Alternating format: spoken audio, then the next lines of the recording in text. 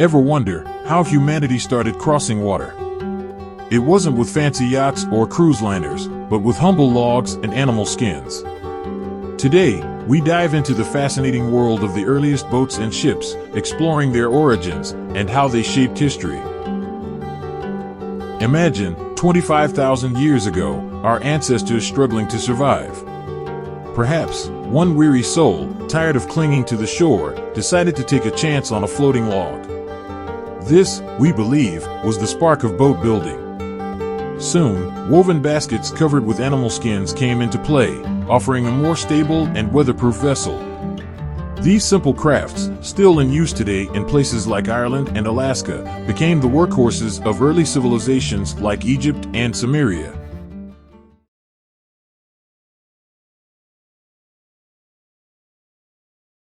The earliest boats and ships must have come into use some 25 or 30,000 years ago.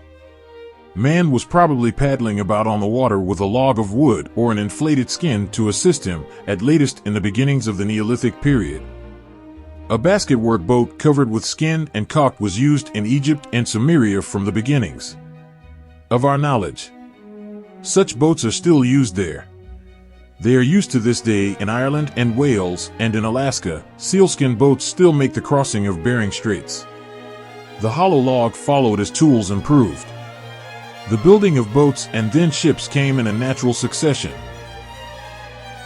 Perhaps, the legend of Noah's Ark preserves the memory of some early exploit in shipbuilding, just as the story of the flood, so widely distributed among the peoples of the world, may be the tradition of the flooding of the Mediterranean basin. There were ships upon the Red Sea, long before the pyramids were built, and there were ships on the Mediterranean and Persian Gulf by 700 BC. Mostly these were the ships of fishermen, but some were already trading and pirate ships. For knowing what we do of mankind, we may guess pretty safely that the first sailors plundered where they could and traded where they had to do so. The seas on which these first ships adventured were inland seas on which the wind blew fitfully and which were often at a dead calm for days together, so that sailing did not develop beyond an accessory use. It is only in the last 400 years that the well-rigged, ocean-going, sailing ship has developed. The ships of the ancient world were essentially rowing ships which hugged the shore and went into harbor at the first sign of rough weather. As ships grew into big galleys, they caused a demand for war captives as galley slaves. We have already noted the appearance of the Semitic people as wanderers and nomads in the region of Syria and Arabia, and how they conquered Samaria and set up first the Akkadian and then the First Babylonian Empire. In the west, these same Semitic peoples were taking to the sea.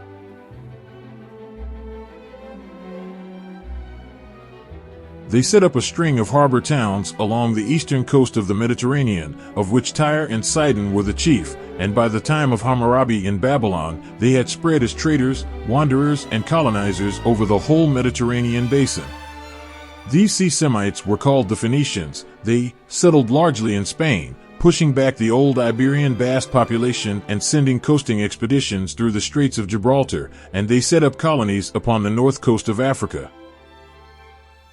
But the Phoenicians were not the first people to have galleys in the Mediterranean waters. There was already a series of towns and cities among the islands and coasts of that sea, belonging to a race or races apparently connected by blood and language with the Basques to the west, and the Berbers and Egyptians to the south, the Aegean peoples. These peoples must not be confused with the Greeks, who come much later into our story. They were pre-Greek, but they had cities in Greece and Asia Minor. Mycenae and Troy, for example, and they had a great and prosperous establishment at Knossos in Crete. It is only in the last half-century that the industry of excavating archaeologists has brought the extent and civilization of the Aegean peoples to our knowledge. Knossos has been most thoroughly explored. It was happily not succeeded by any city big enough to destroy its ruins, and so it is our chief source of information about this once almost forgotten civilization. The history of Knossos goes back as far as the history of Egypt. The two countries were trading actively across the sea by 4000 BC. By 2500 BC, that is between the time of Sargon I and Hammurabi, Cretan civilization was at its zenith. Knossos was not so much a town as a great palace for the Cretan monarch and his people. It was not even fortified. It was only fortified later as the Phoenicians grew strong, and as a new and more terrible breed of pirates, the Greeks, came upon the sea from the north. The monarch was called Minos, as the Egyptian monarch was called Pharaoh, and he kept his state in a palace fitted with running water, with bathrooms and the like conveniences such as we know of in no other ancient remains. There he held great festivals and shows. There was bullfighting, singularly like the bullfighting that still survives in Spain. There was resemblance even in the costumes of the bullfighters, and there were gymnastic displays. The women's clothes were remarkably modern in spirit. They wore corsets and flounced dresses. The pottery, the textile manufactures, the sculpture, painting, jewelry, ivory, metal and inlay work of these Cretans was often astonishingly beautiful. And they had a system of writing, but that still remains to be deciphered. This happy and sunny and civilized life lasted for some score of centuries. About 2000 BC, Knossos and Babylon abounded in comfortable and cultivated people who probably led very pleasant lives. They had shone and they had religious festivals, they had domestic slaves to look after them and industrial slaves to make a profit for them. Life must have seemed very secure in Knossos for such people, sunlit and girdled by the blue sea.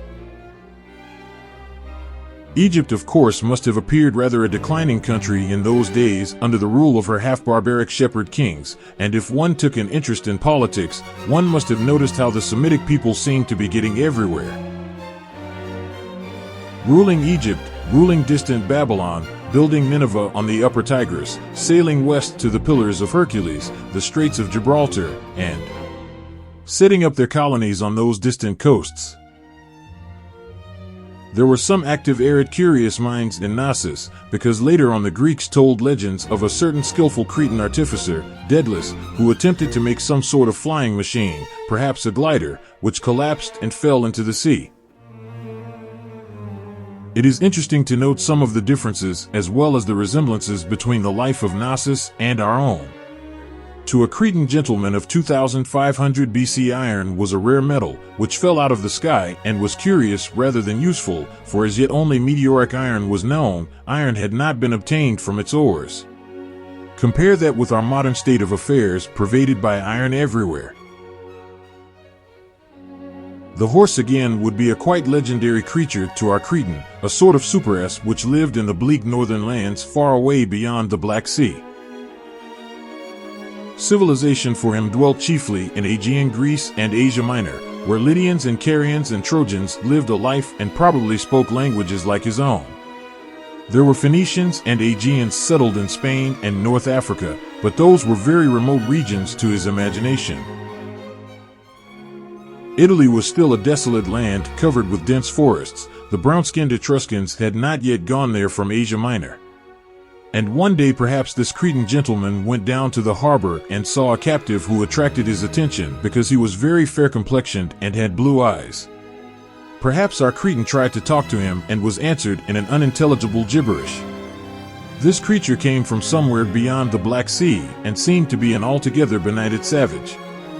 But indeed, he was an Aryan tribesman of a race and culture of which we shall soon have much to tell, and the strange gibberish he spoke was to differentiate someday into Sanskrit, Persian, Greek, Latin, German, English, and most of the chief languages of the world. Such was Knossos at its zenith, intelligent, enterprising, bright, and happy. But about 1400 BC disaster came perhaps very suddenly upon its prosperity. The palace of Minos was destroyed, and its ruins have never been rebuilt or inhabited from that day to this. We do not know how this disaster occurred. The excavators note what appears to be scattered plunder and the marks of the fire. But the traces of a very destructive earthquake have also been found. Nature alone may have destroyed Knossos, or the Greeks may have finished what the earthquake began.